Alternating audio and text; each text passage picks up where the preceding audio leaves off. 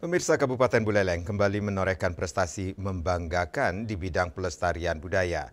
Dua unsur kebudayaan asal Buleleng resmi ditetapkan sebagai warisan budaya tak benda WBTB Indonesia tahun 2025 oleh Kementerian Kebudayaan, yaitu Tari Baris Bedug di Kelurahan Banyuning, Kecamatan Buleleng.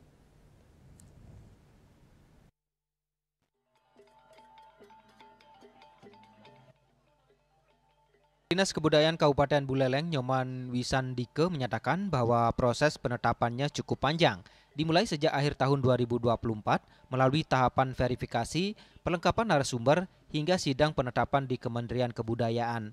Tradisi ini dinilai memiliki keunikan dan ciri khas lokal yang tidak dimiliki daerah lain, menjadi alasan kuat penetapannya sebagai WBTB.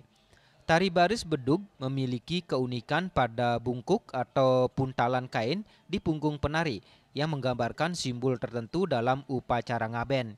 Tarian ini biasanya dibawakan oleh 4 penari pada prosesi Tedun Sawo dan pelepasan tali peti.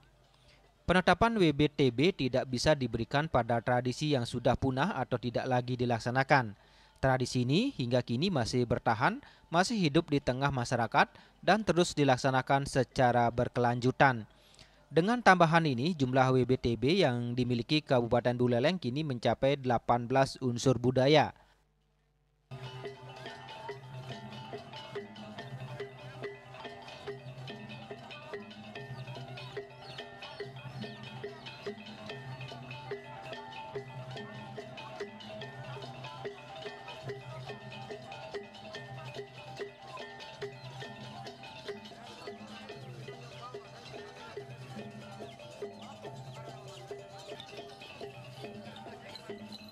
Dinas Kebudayaan pun terus berkomitmen mengajukan unsur budaya lain untuk ditetapkan sebagai WBTB maupun cagar budaya.